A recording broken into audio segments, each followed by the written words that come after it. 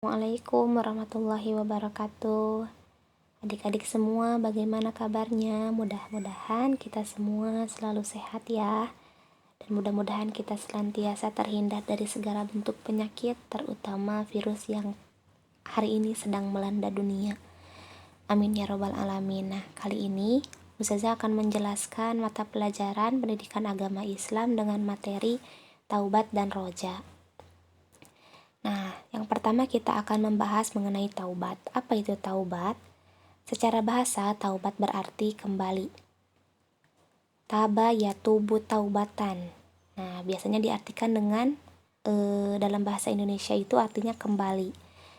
Nah, kembali bagaimana? Menurut Imam Al-Ghazali, taubat merupakan pengertian yang menghimpun 3 komponen, yaitu ilmu, hal atau kondisi, dan amal perbuatan. Ilmu akan menghasilkan hal atau kondisi. Kondisi akan menghasilkan amal. Dengan ilmu, seseorang akan mengetahui bahaya yang muncul dari dosa.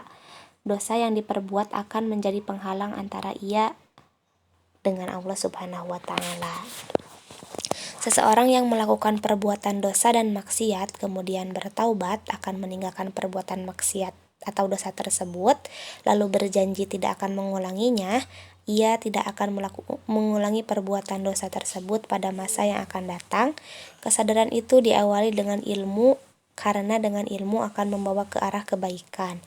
Mempercayai bahwa perbuatan dosa merupakan racun yang menghancurkan. Selain itu, ilmu juga akan menghilangkan keraguan tentang racun dari perbuatan dosa.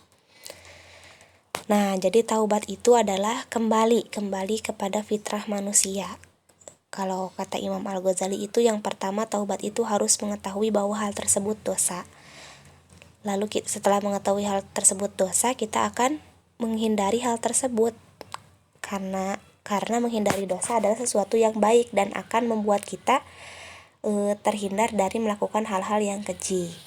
Nah, taubat seperti apa yang harus kita lakukan? Taubat yang harus kita lakukan adalah taubat nasuha.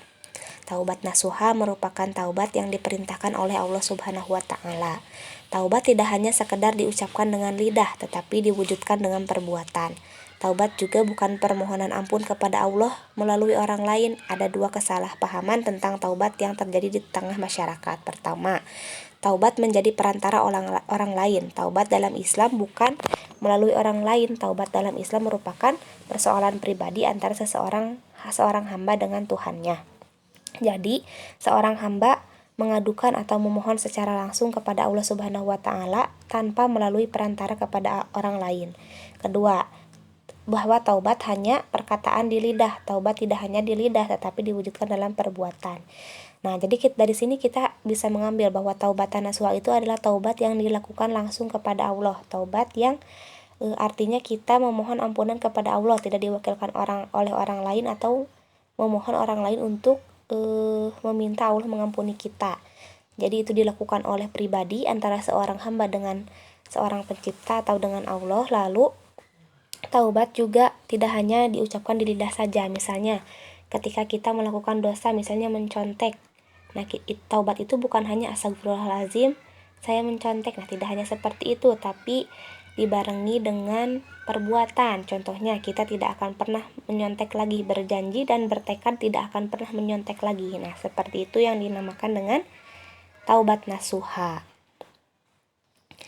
Nah, tahapan-tahapan taubat itu yang pertama ada menyesal dalam hati. Jadi ketika kita semua melakukan sebuah kesalahan, contohnya membuang sampah sembarangan, nah kita menyesal dalam hati, ya Allah, kenapa ya barusan kok sampahnya nggak dibuang ke tempat sampah, kenapa dibuang di mana saja. Nah, itu langkah yang pertama, yaitu menyesali perbuatan yang dilakukan. Yang kedua, memohon ampun dengan lisan. Ketika ingat, lalu menyesal, lalu astagfirullahalazim, kita beristighfar dan memohon ampunan kepada Allah Subhanahu wa Ta'ala. Yang ketiga, berjanji untuk tidak melakukan dosa lagi. Nah, ketika sudah beristighfar, tidak hanya di situ, tapi taubat itu berjanji dan bertekad tidak akan membuang sampah sembarangan lagi. Nah, itulah yang disebut dengan taubat nasuha, atau sesuatu yang harus kita lakukan ketika kita melakukan sebuah kesalahan atau perbuatan dosa juga maksiat. Nah, itu untuk taubat. Sekarang kita masuk ke roja. pengertian roja. Apa itu roja? Roja merupakan perilaku terpuji. Roja secara bahasa berarti harapan atau cita-cita. Roja secara istilah berarti bergantungnya hati dalam meraih cita-cita di hari kemudian. Roja juga dapat diartikan sebagai keinginan seseorang insan untuk mendapatkan sesuatu baik dalam jangka dekat maupun jangka panjang yang diposisikan seperti sesuatu yang bisa digapai dalam jangka pendek. Nah, jadi roja itu adalah pengharapan atau cita-cita. Ketika kita memiliki satu harapan dalam hal apapun itu bisa dikatakan roja.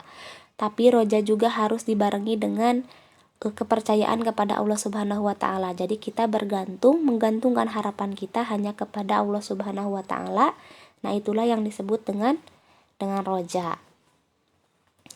Nah, perilaku roja tidak akan bermanfaat jika tidak disertai dengan amal soleh. Suatu harapan atau cita-cita tidak dianggap sebagai perilaku roja jika tidak disertai dengan amal atau perbuatan. Oleh karena itu, seseorang tidak dikatakan mengharap jika tidak melakukan usaha atau suatu perbuatan. Nah, ketika kita misalnya ingin masuk perguruan tinggi negeri, nah itu belum bisa dikatakan roja ketika kita tidak ada usaha apapun. Nah, roja itu ketika kita berharap masuk perguruan tinggi negeri, lalu kita belajar sungguh-sungguh dan menggantungkan harapan tersebut kepada Allah, nah barulah itu yang disebut dengan roja. Nah, ketika harapan saja tanpa usaha itu hanyalah cita-cita kosong saja atau harapan kosong gitu ya, tidak bisa disebut dengan roja. Roja itu ketika ada pengharapan lalu dibarengi dengan yakin kepada Allah juga dengan usaha untuk menggapai hal tersebut. Itulah yang disebut dengan roja.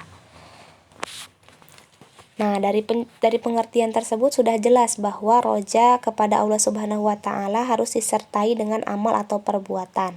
Roja kepada Allah akan tercapai dengan beberapa hal diantaranya sebagai berikut. Yang pertama, roja akan tercapai jika kita senantiasa menyaksikan karunia-Nya, kenikmatannya dan kebaikan-kebaikan Allah terhadap hamba. Jujur dalam mengharap apa yang ada di sisi Allah dari pahala dan kenikmatan. Lalu membentengi diri dengan amal soleh dan bergegas dalam kebaikan. Nah, di samping dari berharap dan berusaha, kita juga yang pertama harus menyaksikan atau mensyukuri segala karunia Allah Subhanahu wa taala. Lalu jujur dalam mengharap apa yang ada di sisi Allah. Nah, jadi kita memfokuskan diri kita bahwasannya kita berharap itu untuk menggapai cahaya dari Allah atau menggapai pahala. Di samping pahala tentunya kita akan mencapai segala sesuatu yang telah kita rencanakan. Lalu yang terakhir, kita harus bentengi diri kita atau kita harus melindungi diri kita dengan berbuat amal soleh dan bergegas dalam kebaikan. Nah, itu yang harus kita lakukan ketika kita ingin melaksanakan roja atau ketika kita memiliki suatu harapan. Nah, di sini ada yang terakhir contoh perilaku roja. Seseorang telah melakukan kesalahan atau berbuat dosa dengan tidak sengaja, ia telah melanggar larangan Allah. Ia tidak melaksanakan sholat asar karena sibuk menonton konser musik. Nah, seseorang tersebut yang bernama Ima menyesali dan telah memohon ampun kepada Allah serta berjanji tidak akan mengulangi perbuatan tersebut. Lalu Ima atau seseorang tersebut berharap kepada Allah Subhanahu wa taala untuk mengampuni dosanya dan mencurahkan rahmat kepadanya. Sikap yang ditunjukkan Ima termasuk perilaku roja. Nah, jadi di sini ada dua perilaku. Yang pertama perilaku taubat. Ketika beliau melanggar atau melalaikan tidak melaksanakan sholat asar karena menonton konser. Nah, yang pertama Ima lakukan adalah menyesal. Setelah menyesal, beristighfar lalu berjanji untuk tidak mengulangi hal tersebut lagi.